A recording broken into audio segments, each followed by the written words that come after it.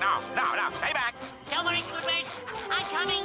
No, get away from me. Hang on. I'll save you. No, get away from me. No. Hold on. No, get away. Okay, before this video starts, I want to make a few things clear. 1. This video is not an attack on Nintendo. I have no hatred for Nintendo. I grew up on Nintendo just like the rest of you. My first 4 consoles were Nintendo, not including handhelds.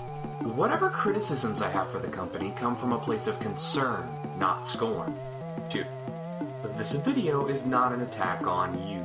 A lot of people, particularly gamers, like to think that any negative opinion about a thing they like is a reflection on them. I.e., if you like a thing and someone thinks that thing sucks, they're tacitly saying that you suck. And Nintendo fans are some of the quickest when it comes to grabbing pitchforks and torches for something as minor as, off the top of my head, a fake screenshot of a 7 out of 10 review for Super Mario Odyssey.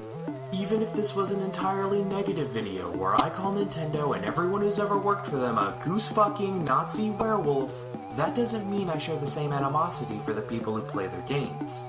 I've made it clear before that there's nothing wrong with enjoying trash, and if there was, I'd be the first to get the chair. So by all means, disagree with me all you want, just don't take it personally. And 3. Since half of you probably saw the title and immediately went to the comments section, foregone conclusions and canned criticisms in hand, I might as well say something inflammatory to deserve it, so... Weapon durability is a stupid mechanic. Fuck you! Hey, settle down. Take it easy.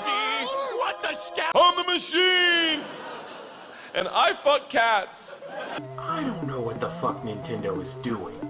I'm not referring to anything specific. I have no clue what Nintendo's been thinking for the past decade. It's not like everything they've done has been bad, but the fact that there are just as many successful calls as there are stupid ones is confusing as hell. Like, there's the Wii, but then there's the Wii U. There's the rush of popular indies being ported to the Switch, but then there's the Nintendo Creators Program. It's like Nintendo's trying to keep some sort of karmic balance to appease an ancient Mesopotamian god, or else be cursed with another shitty console cycle. I can't stress enough how bad the Wii U was. They had an entire console generation where the only prominent titles were a game that was much more successful on handheld, and Fish Furries Forever plus some paint guns. Even when they have a product with huge demand behind it, despite it being a bunch of old games with much more accessible ports and emulators on the market bundled together, they still manage to fuck it up and discontinue it because... why? How do you explain that, other than the divine retribution of a pissed-off Pazuzu? You can at least chalk some of it up to Nintendo being the wild card, taking risks on experimental shit that doesn't always pan out but pays dividends when it does.